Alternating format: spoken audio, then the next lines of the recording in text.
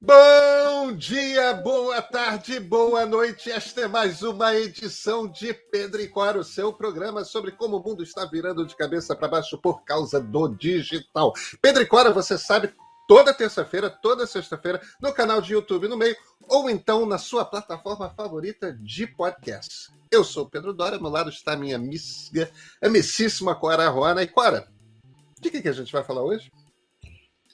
Nós vamos falar de uma coisa bizarra, disruptiva, trambolhenta, divertida, o máximo, mas, porém, só que não, patinetes elétricos. Patinetes elétricos nas cidades. Eles estão tendo um revival 2 anos depois. E se você quer entender por quê, vem com a gente que a gente conta tudo.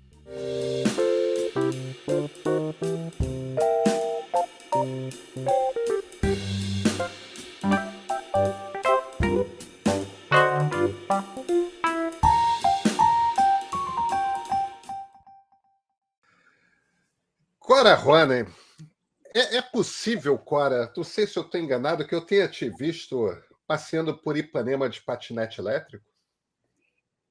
Não, isso eu acho que foi uma alucinação tua, embora eu tenha que te dizer o seguinte, eu tinha maior vontade de andar. Eu só não andei, vou te dizer por quê. Porque depois que eu fui atropelada há alguns anos e passei a ter 9 parafusos e 2 placas no meu joelho, eu fiquei tão covarde que não faço mais essas coisas, mas em circunstâncias normais eu teria feito sim. Você teria me visto andando. É. Eu teria uma imensa inveja, Cora, porque eu sem parafuso nenhum no corpo, quer dizer, eu tenho um parafuso no dente, né? Mas eu acho que esse não vale. Isso não vale. Sem nenhum outro parafuso no corpo, eu conheço minha coordenação motora, então não ouso, sabe? Mas eu sempre andei de tudo. Olha, bicicleta. Não, eu ando de bicicleta. Eu tenho um parafuso no dente por causa de bicicleta, inclusive. Bom, sim, pois é. Não, inclusive, eu estou tentando me lembrar do nome daquele negócio que os seguranças usam nos shoppings. Como é que se chama? Quando foi anunciado, era It. Você lembra que a Time fez uma reportagem imensa que ia ser uma coisa que ia revolucionar as cidades e tal, não aconteceu. Segway. Segway. O George Bush prontamente caiu de um Segway e todo mundo jura que isso foi por causa da indústria automobilística, né? Foi um complô porque ele queria provar que aquilo era inseguro, E olha, eu andei bastante de Segway e eu tenho que te dizer que realmente é preciso talento para cair de um Segway. Porque eles são Eu muito não sei, estáveis, né? olha, eu num Segway, mesmo com o meu joelho, eu ainda andaria. Agora, o patinete, não.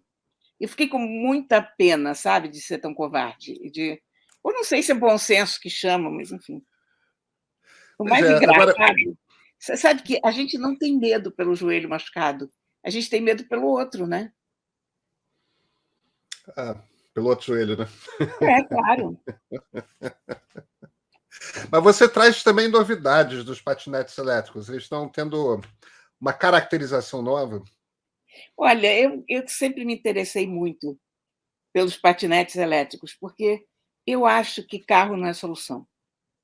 Como É você claro que não é. sabe, eu não tenho carro há milhões de anos e sou contra a ideia do carro individual, acho que não é uma saída para as cidades.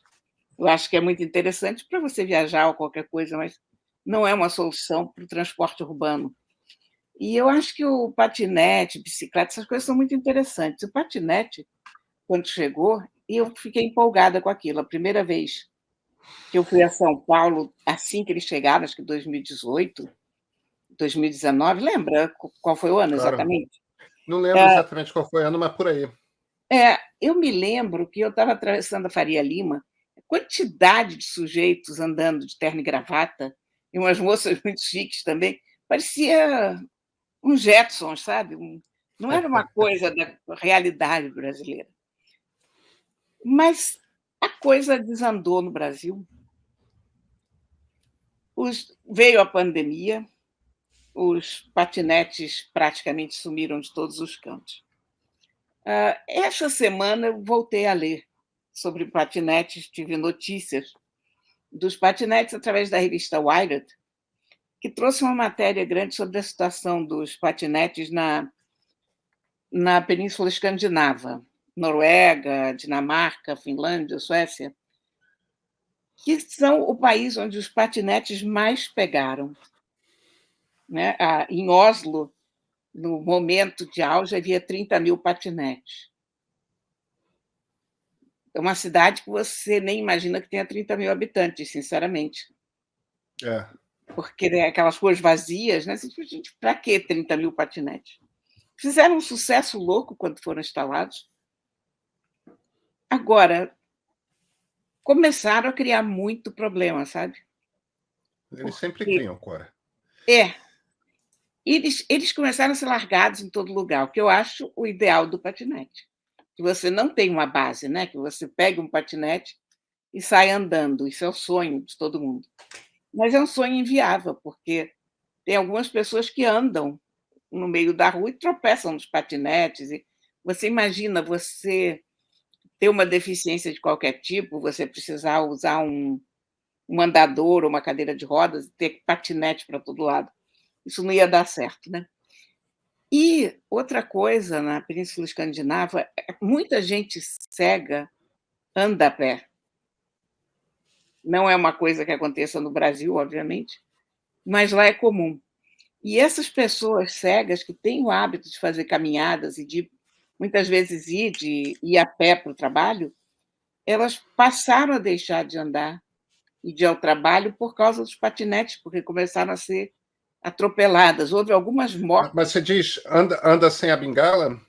Não, anda com a bengala ou eventualmente até com o cão, né? Mas é porque você tem uma coisa tão disciplinada lá que a questão da segurança, por exemplo, não existe. Você pode ser cego e sair com o teu telefone celular e você vai chegar vivo. E Claro. com o celular. É uma coisa que não sei se rola em qualquer grande cidade brasileira.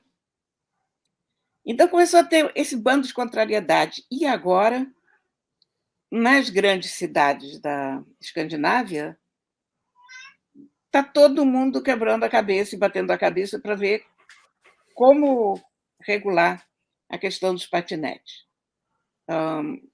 Tem que diminuir o número de patinetes. Tem que diminuir o número de empresas que oferecem patinetes. Houve um momento em que tinha 8 empresas diferentes oferecendo. Tem que criar uma legislação, ou pelo menos um consenso, de como se pode andar com aquilo no meio da cidade. Por exemplo, lá em Oslo, já não circulam no centro da cidade. Isso está sendo super debatido, porque é o lugar mais gostoso de andar com patinete, onde as pessoas mais precisariam, em tese, se locomover rapidamente, mas chegaram à conclusão que era muito perigoso para os pedestres. Enfim. E aqui no Brasil, enquanto isso, os patinetes começam a fazer, aos pouquinhos, a sua volta ao cenário das grandes cidades.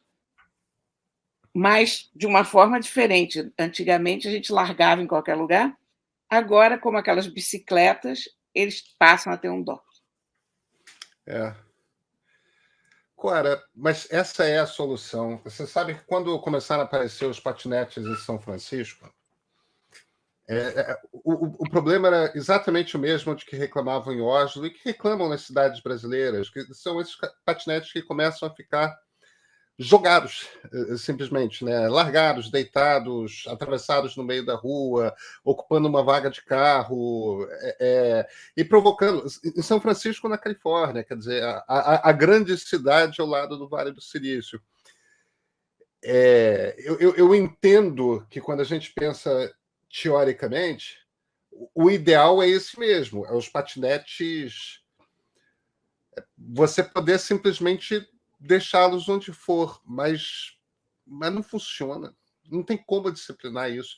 Se nem em Oslo eles conseguiram, eu acho que aí só, sei lá, na Coreia do Sul, no Japão, mas para nós ocidentais não é uma possibilidade. Também não lá. Coreia do Sul, nem pensar, você não faz ideia da confusão que são as ruas de Seul. Talvez na Coreia do Norte funcione muito bem. Aliás, bem. na Coreia do Norte funcionaria muito bem, porque eles têm aquelas estradas monumentais, enormes, com 6 pistas, e não tem carros, né? É inacreditável. Então, agora, você sabe que uma coisa que me chamou a atenção, lendo sobre patinete, é a questão da cidadania, porque, primeiro, a coisa do uso do patinete implica um profundo grau de civilização. Quer dizer, você saber que você não é o rei da calçada, que essa coisa deles ficarem jogados é muito complicada de resolver também, porque como você vai disciplinar a cabeça das pessoas para botar de uma forma que não atrapalhe muito os outros. Agora, é outra coisa é que aqui no Brasil eles não deram certo, não só por causa disso, mas também por causa da quantidade de vandalismo e de roubo. Então ainda entra esse lado mal-educado e caótico da nossa sociedade que não consegue respeitar nada, né? Porque a coisa Mas pública no Brasil é um problema. Mas eu tenho a impressão que o DOC termina por resolver isso, né? Porque o DOC, quando você tira do DOC, assim como a bicicleta, registra aquele patinete no seu nome, atrela a sua identidade. E só desatrela no momento que você encaixar ele em outro DOC. Então, aí, claro, você sempre pode ter a possibilidade de um roubo enquanto você estiver em trânsito, mas é a mesma coisa com a bicicleta, né? É. Não tem. Clara, a questão é a seguinte: as principais cidades europeias, as grandes capitais europeias, ao longo dos próximos anos, vão começar a proibir automóvel a combustível fóssil nos seus centros. E a tendência é que até 2030, qualquer veículo a gasolina, a diesel, qualquer um desses combustíveis baseados em carbono, todos esses vão ser banidos nas capitais. Quando você pega os países que adotam automóvel elétrico, é uma curva assim.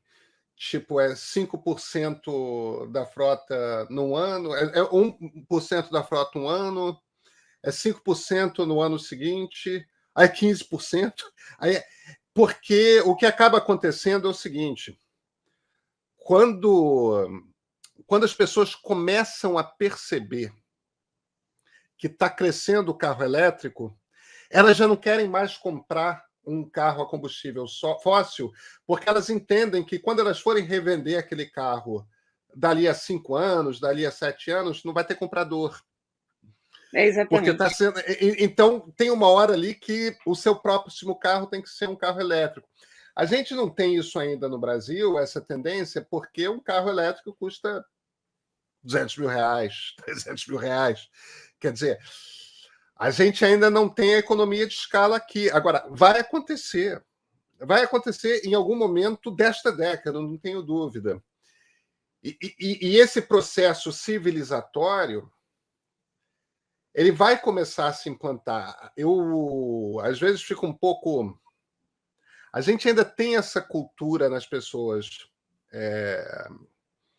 com mais de 40 anos, a gente ainda tem essa cultura de eu quero ter o meu carro, tudo mais. Tipo, eu não sei nem dirigir agora.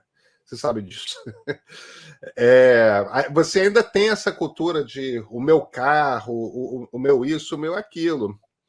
Agora, a garotada, e eu estou falando garotada tipo 30, não tem mais a cultura do carro. Esse troço vai acabar.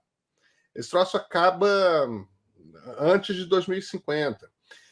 Então você começa a ter a questão que é como que você se locomove a médias distâncias nas cidades.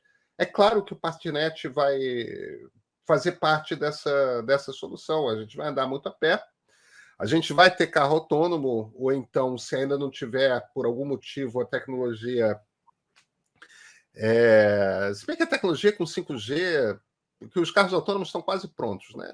Imagino que até 30, 35 a gente vai ter carro autônomo girando aí pelas cidades.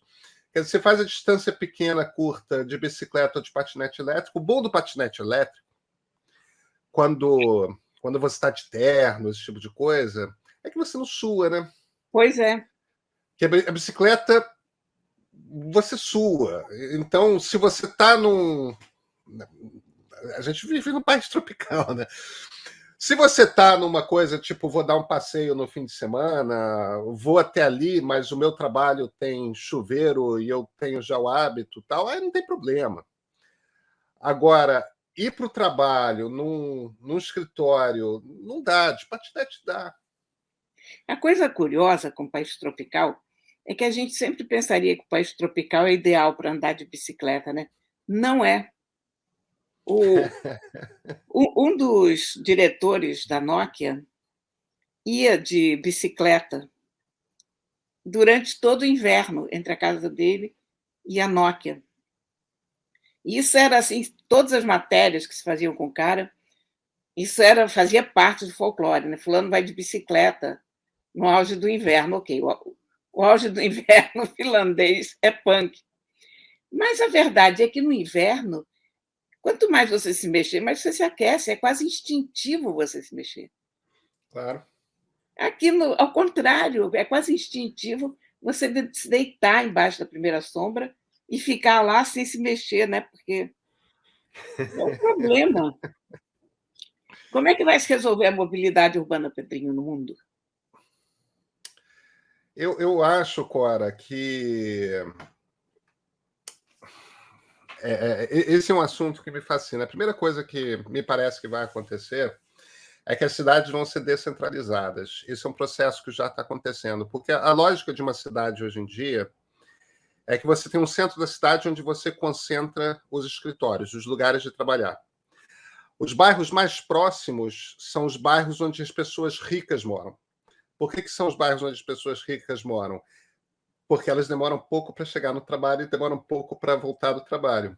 Então, é um condicionante de status, a quantidade de tempo que você demora para chegar ao lugar que você trabalha. E aí, por que as periferias, em qualquer cidade, Paris, São Paulo, Nova York, por que as pessoas pobres moram longe do centro e as pessoas ricas moram perto do centro? Por causa disso. Porque é o status dado por essa organização da cidade.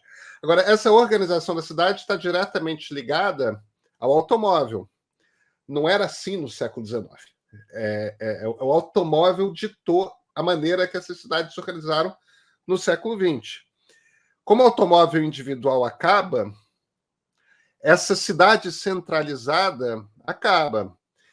Uma das transformações vai ser o home office, ou o home office estendido, que a gente pensa na coisa do home office na pandemia, que é essa coisa de você trabalhar na mesa de jantar, como muita gente faz, criança fazendo bagunça e tudo mais, mas o home office, de fato, não vai ser assim. Você vai trabalhar num coworking a 2 quadras da sua casa.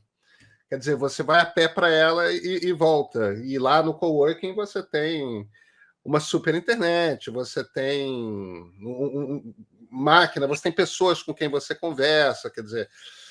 Então tem essa coisa de você descentralizar. E nesse momento, quando você começa a ter o home office mais ativo, aí quem tem dinheiro vai começar a pensar se quer morar num apartamento de 120 metros quadrados, de 80 metros quadrados, ou se não quer morar um pouquinho mais longe, numa casa com jardim. Então, a lógica da periferia começa a se desmontar. Quando o carro autônomo entrar, aí eu acho, Cora, que acaba de vez essa centralização da cidade, porque aí o restaurante pode ser em qualquer lugar, ele não precisa ser num lugar que tem estacionamento, porque essa é a lógica de restaurante hoje, tem que ser lugar que tem estacionamento perto. Isso se desmonta e E o carro autônomo faz parte do serviço do restaurante. O restaurante vai ser um lugar extremamente agradável. Você faz uma reserva, o restaurante manda um carro dele te buscar. Então, entra você e seus acompanhantes, já te servem um espumante dentro do carro e você vai para o restaurante. E chega lá e vai ser num lugar muito agradável, tal. Quer dizer, a minha perspectiva é que uma cidade em 2050, Cora, vai ser radicalmente diferente de uma cidade como hoje. A gente vai andar muito mais a pé e coisas como patinete, como bicicleta, todos, ou os próprios segways mesmo, de repente podem se tornar mais populares. Eu acho que a gente vai ter uma gama. Um segway, por exemplo, é ótimo para você fazer compras, né? Você vai lá fazer... Você vai a pé ao supermercado, mas você volta com aquele bando de sacola. Então, pois é. Num Segway te leva para casa. Então, a minha impressão é de que esses serviços todos vão se popularizar, o carro vai embora. Outra realidade, Cora, a cidade do século XX vai acabar. Você sabe que eu estava vendo um vídeo. Cara, eu sou apaixonada pelo YouTube, sabe? Porque os talentos que a gente encontra no YouTube, né? As pessoas que encontram a sua voz e o seu caminho. E eu encontrei um documentarista, um jovem documentarista, um rapaz que viaja pelo mundo, mas ele vai para os lugares que nem eu quero ir. E ele estava em Lahore, no Paquistão, que hoje é a cidade mais poluída do mundo. Fica pau a pau com Nova Delhi. E essa poluição, em enorme parte, é causada pelos carros e pelos tuk-tuks e por uma frota inteiramente sucateada de veículos, né? E aí você olha e você diz, isso não tem como funcionar, isso aqui está tudo errado. Tem que acabar com isso aqui, começar do zero, recomeçar essa cidade, porque tira 5 anos da vida das pessoas, aquela poluição.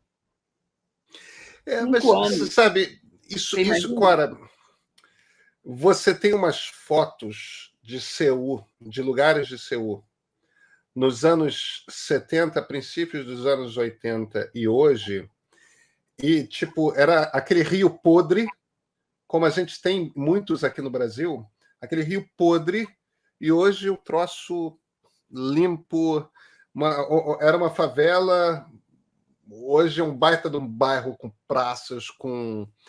Quer dizer, isso é possível, e isso depende de enriquecimento do país. É dinheiro. É dinheiro e vontade. Não é só educação. Mas o problema é que dinheiro e crescimento do país é vontade política. Verdade. É competência de gestão, Eu acho que existem inúmeros caminhos distintos para você chegar a esse crescimento. Eu não acredito naquela coisa, só essa saída, só aquela saída. Acho que existe o caminho democrático, existem caminhos distintos dentro de ditaduras, né? A gente não pode esquecer que a Coreia do Sul enriqueceu durante uma ditadura, não foi como uma democracia, né? Mas a democracia é sobre manter. E você vê, é um país em que corrupção política é absolutamente frequente, é tão frequente quanto no Brasil, a Coreia do Sul. A gente fica pensando, são isso, são aquilo, são... Competência de gestão e enriquecimento do país não tem nada a ver com corrupção. Ex-presidente preso, entendeu? Por desvio de verba, por enriquecimento ilícito. Na Coreia, eles vão em cana. Quando você é pego na Coreia, você vai em cana. Isso aconteceu com dirigentes da Korean Airlines, da Samsung. São empresas que são donas do país, praticamente. E tem gente na cadeia. E quando sai, pede desculpas e só não comete harakiri porque não estão no Japão. O Japão é um pouco mais radical. Quando pegam, o cara se mata de vergonha, né? Eu acho que falta um pouco no Brasil a vergonha, pensando bem. Mas a gente tem um problema de impunidade mesmo, né? Tem. Mas, Cora, existe um futuro interessante pela frente. Eu acho que o Brasil vai fazer parte desse futuro. Não acho que a gente esteja fora, não. Os meus netos talvez assistam isso. E aí vão pensar em mim, poxa, minha avó teria gostado tanto de ver isso. Teríamos. Nos vemos na terça, Cora? Sim, senhor. Então, até terça-feira.